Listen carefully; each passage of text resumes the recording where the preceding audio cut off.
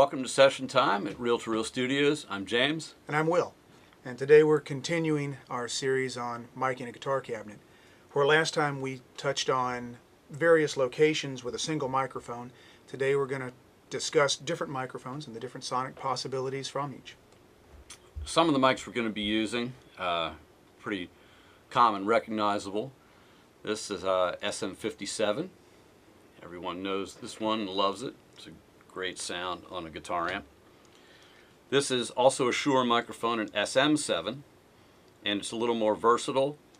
Has some roll-offs and different things that you can, different sounds you can get. It's not all that different a sound from the SM57, but a little more versatile. And this you would recognize from our first segment, the MD421 Sennheiser. And this also has some versatility to it. Has a bass roll-off position switch on the back, and also a really good sound, close microphone. Absolutely. We also used a ribbon microphone. We haven't discussed ribbons yet. It's an older design. Ribbons are a figure 8 design in general. They hear equally out the front and the back, but they don't hear anything from the sides or top or bottom. Figure 8 can be really useful at times. And then we used an industry standard, just a Neumann U87. The U87 is a multiple pattern microphone, although in moving it and listening the day that we captured these examples, we actually preferred the figure 8 again. Figure 8 was so a good both sound. Both of the other microphones were used in figure 8 that day. And just like in part 1, we are trying to minimize the variables as much as possible. So we are reamping this signal, and the signal is coming from Pro Tools, going through a radial X amp, and being sent out into the room to a guitar amp and a guitar cabinet. We're using a 412 cabinet. That allowed us to put each of 4 different microphones close on the cabinet, one on each speaker. We tried to optimize the position of each microphone the way it sounded best, and then the U87 we put a little ways distant, As a few distant feet mic. back. We did our best in doing that to actually line each of the microphones up for phase alignment, proper phase alignment, so that as you hear each of the microphones, you can actually run all 4 of them, and it's a good sound as opposed to some phase hash. Next episode, we'll talk about that some as well. So here we go. As usual, we're not going to talk in between the examples. We're going to just go right from one to the next, so you can keep what you've just heard present in your mind while you're hearing the next example. So we're going to go around the horn with the 4 close mics, and each one, while it's playing, you'll see a still shot. Yeah, you'll know what's playing as it's going. Of that microphone. We ready to go? Here we go.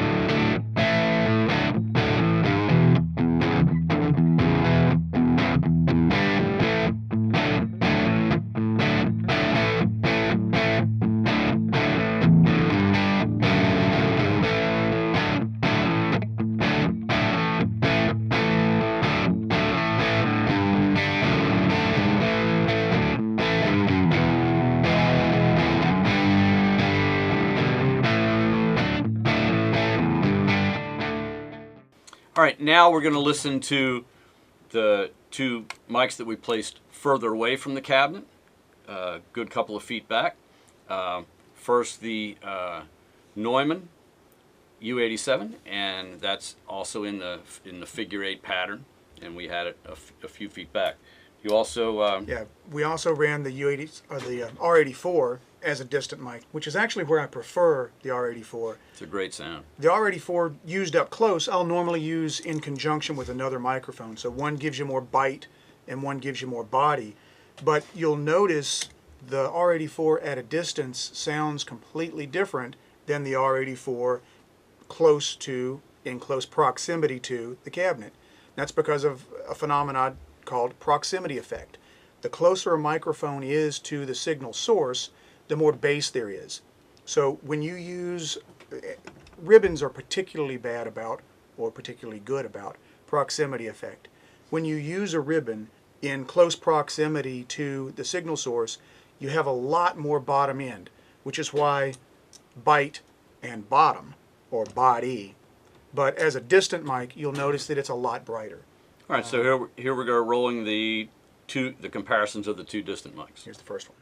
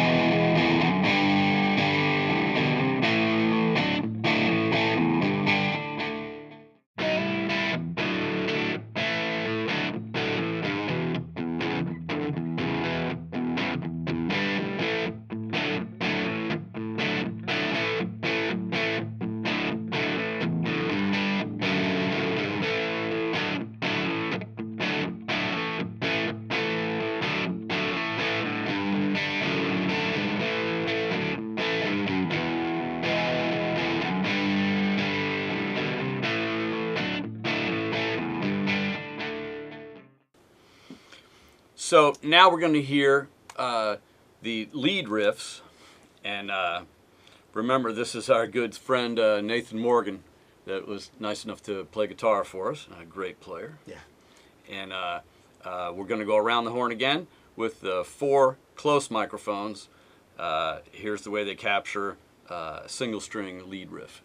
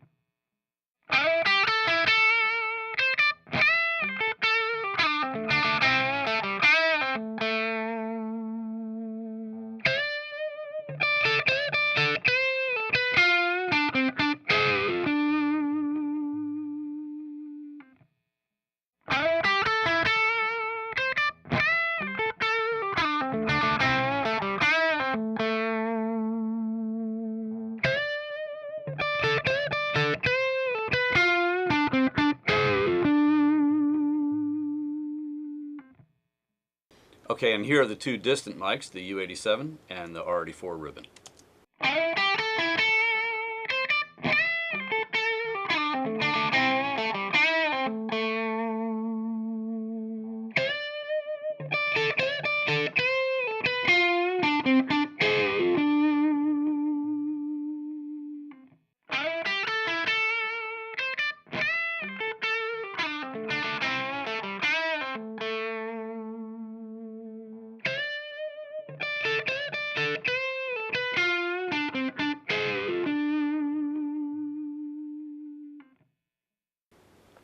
Now, I couldn't help but notice in that last pass that the differences between the microphones seemed more dramatic when you were listening to the single string lead riffs than when you were listening to the trunca rhythm Yeah, part, you know? it's funny, the sonic differences are greater, but the output level differences between the microphones are the most similar. Right. This microphone and this microphone are putting out almost the exact same level there, where in the Chunka Chunkas, the dynamic is putting out a good bit more than the ribbon. I think that in the single string, the capsule actually has more time to recover, and you're hearing more of the actual sonic difference in the microphone. And there's just less music happening, less more space in between the transients. Right.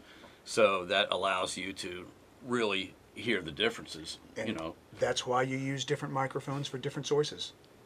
And there's no right answer here. It's No. it's a subjective judgment. It's like you can't say what the best Beatles song is. Sure, you can. You can say it's While My Guitar Gently Weeps, or you might say it's Day in the Life, when clearly it's Yellow Submarine. Okay. Again, all of these examples are available for you to download. Load them into your DAW, listen to them, A/B against them. Listen to each versus the other. Listen to some of them with the other. Again, sometimes my favorite is a little more bite and a little more body. Combinations. In this instance, I think this made a really good combination. But that's another show, and here's a little bit of what we'll cover in that show.